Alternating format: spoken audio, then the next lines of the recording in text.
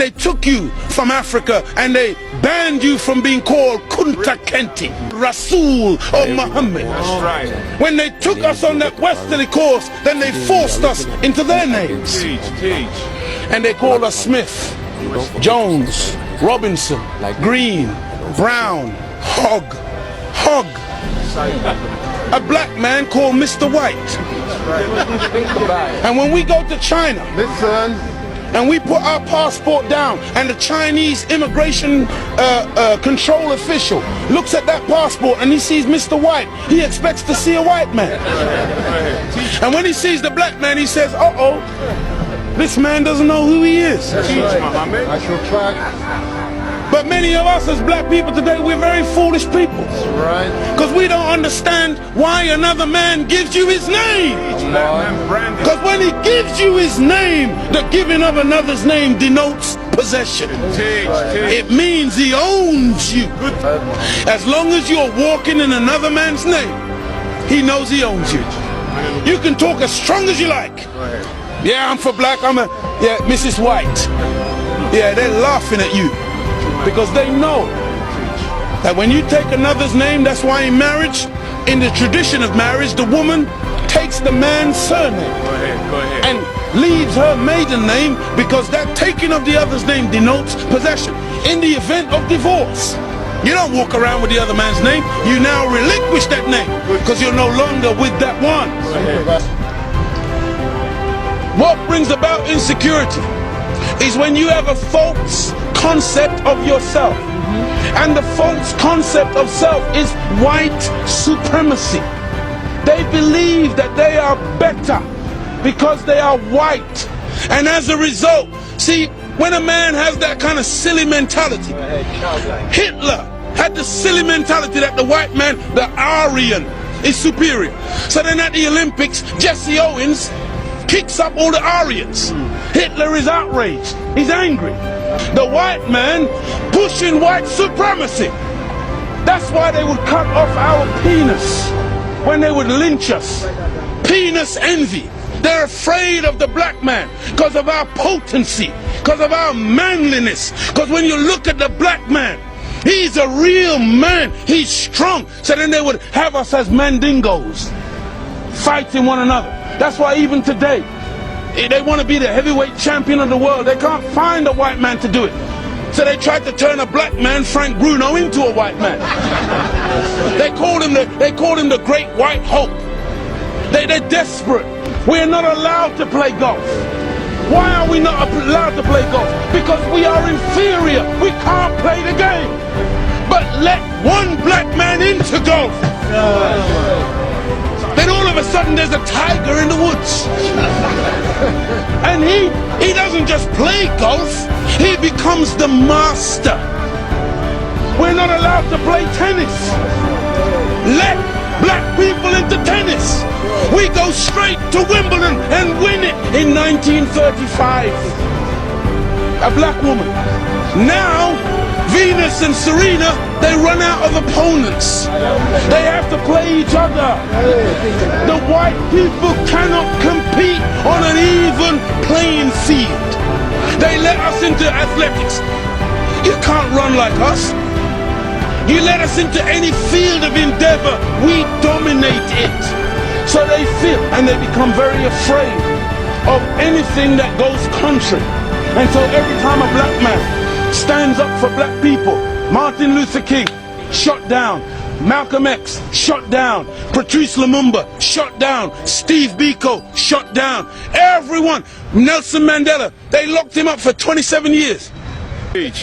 We can count back 400 years of the most brutal treatment. Look, they took my name, my language, my culture. They killed my mother, my father, denied me religion, disallowed me to read or write for over 300 years. Reduced me to the level of an animal, where they branded me on my chest, branded me on my buttocks with a branding iron. And they called me 3/5 of a human being in the American Constitution. Is that the act of a human being or the act of a devil? It's for you, you answer it. we're just calling white people names. No! We're just going on the basis of what we have experienced. Black people were taught to hate ourselves. Right. Even to this day, many of my people suffer from self-hatred. Muhammad. And you will see us trying to change our skin color. Teach, Muhammad. When I was born in the 50s, in Jamaica, they would take, like my nose, the mothers would sometimes take the nose and tried to squash it, to hate self, that they felt that the baby was ugly if it had thick lips and broad nose and black skin. And so this is in order to counterbalance that degree of self-hatred, there had to be a teaching given by Elijah to black people that would allow us to fall in love once again with ourselves. See, because look, I know you're a wise man, and so you must understand that I'm a baby in wisdom, but I'm not a fool. And he's saying here today that the Caucasian is in fact the oldest group on the planet. I beg to differ. Look, one of the most famous anthropologists is Professor Leakey. And when Professor Leakey went in search of the origin of human beings and human species, he didn't stop very long in Europe. He went to Africa, and the oldest bones and the oldest human beings to this day that you call Zinjanthropus, using the Latin meaning Zin and Xanthropus, meaning a black man, that oldest man, they say, is millions of years old. You went back and found one even older than that. You called her Lucy, a black woman. Go ahead. And every sensible historian, anthropologist today agrees that the black man is the father of human beings. Even your geneticist, Mr. Mendel. Go ahead. You have Mendel's law. Go ahead. Mendel says that light eyes are recessive, light skin is recessive. You can take the recessive, the dark skin is dominant, the dark eyes are dominant. You can take the recessive from the dominant, but you can't get the dominant from the recessive. This is Mendel's law. And so all of your scientists have proved that you can't look. Black is not even a color. That's right. Black is the mother and father of all colors. And if you want a baby, even if the woman is a white woman, the baby has to come out of the triple darkness of her womb. And this is the origin of all life. Within the black, you have the whole color spectrum. But in white, two white people laying down together, they can only produce white. But two black people in darkest Africa can lay down together and produce albino with blonde hair and blue eyes. That's right. Teach, Muhammad. This happens all the time. And so we need to really get these facts correct today and understand that as gray as your hair is, you are listening to your father today. Teach, Muhammad. This is daddy talking. Teach. And we mustn't turn. No, this is true. I'm not mocking. The white man, he came into what he called a new world. Teach, Muhammad. And so all of a sudden you started to name things. Teach, Muhammad. So that's why you called it America, based on what was his name? Amerigo Vespucci, a Caucasian. Africa. That's why you called it Africa, based on the European explorer called Africanus. You went into America, you called it New York. That's right. Because it was new to you. New England. You called it New England. That's right. You called it New Zealand. You called it Newfoundland. Because it was new to you.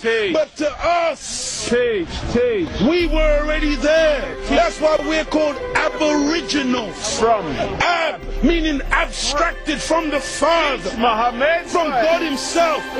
Original, meaning the first. But you won't find Caucasian people calling themselves Aboriginal anywhere on the planet. Because you're the new man, Paul Newman. From one blood came all human beings, but we produced you from us. Look at this. Even the word human, you've heard the term of a darker hue. Human, meaning a dark man. Human, a man of color. That's why the topsoil of the earth is called humus. It is the dark organic material that gives life to the earth.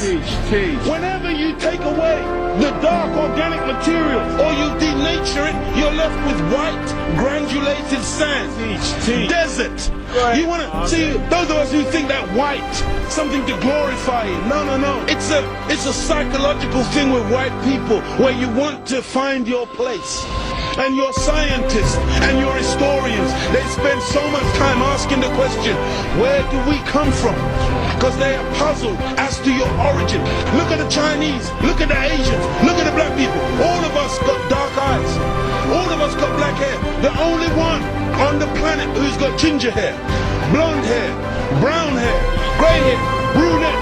You are the one that's gone around the world making everything based on color. You were the one who went into Australia. You were the one who went into South Africa. You were the one who went into Asia and classified people and things based on color.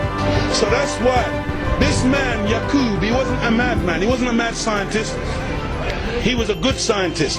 And the Caucasian person is a person who is anti-nature. That's why when the sun comes out, I'm energized. Me and the sun, we got a relationship. I love the sun. I don't need no sunscreen. I don't get cancer from the sun. Me and the sun have got a good relationship. I love it and it loves me. But white people, you gotta put sunblock on. You gotta hide from the sun. Because now you might get a little melanoma, part of me on you.